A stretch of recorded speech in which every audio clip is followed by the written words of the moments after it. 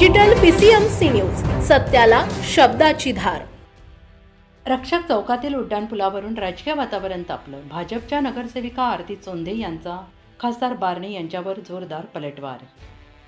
औंध रावे ते BRT रोडवरील रक्षक चौकातील उड्डाणपुलावरून राजकीय वातावरण तापण्यास सुरुवात झाली आहे।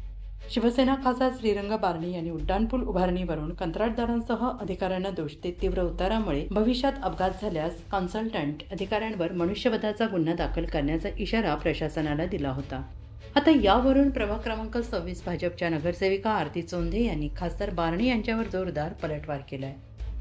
त्या बोलताना म्हणाले की 2 वर्षापूर्वी उड्डाणपुलाचे काम चालू असताना बारणे यांनी त्यावेळी पाहणी का केली नाही। आता प्रकल्प अंतिम टप्प्यात आल्यानंतर तुम्हाला सुचतं का? महापालिकेच्या अभियंत्यांवर तुमचा विश्वास नाही का, असा सवाल त्यांनी उपस्थित केला आहे। वाकड बालेवाडी पुलाप्रमाणेच या पूर्णत्वास आलेल्या पुलाचा देखील खासदार बारणे यांना भिजत घोंगडं ठेवून नेमका कोणाचा विकास करायचा आहे हे त्यांनी ध्येय स्पष्ट करावं, असं अप्रत्यक्षपणे टोला लगावत खासदार बारणे यांना आधी डांगे चौकातील सबवे कोंडीमुक्त करण्याचा सल्ला त्यांनी दिला आहे।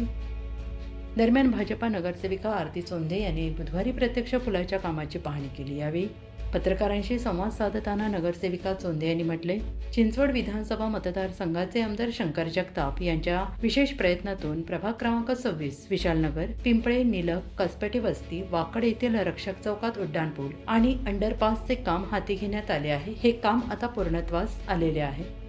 महापालिकेच्या संबंधित विभागाच्या अभियंत्यांनी IRC नियमानुसारच काम केल्याचा दावा त्यांनी केला आहे, त्यामुळे तांत्रिक त्रुटींची शक्यता कमी आहे।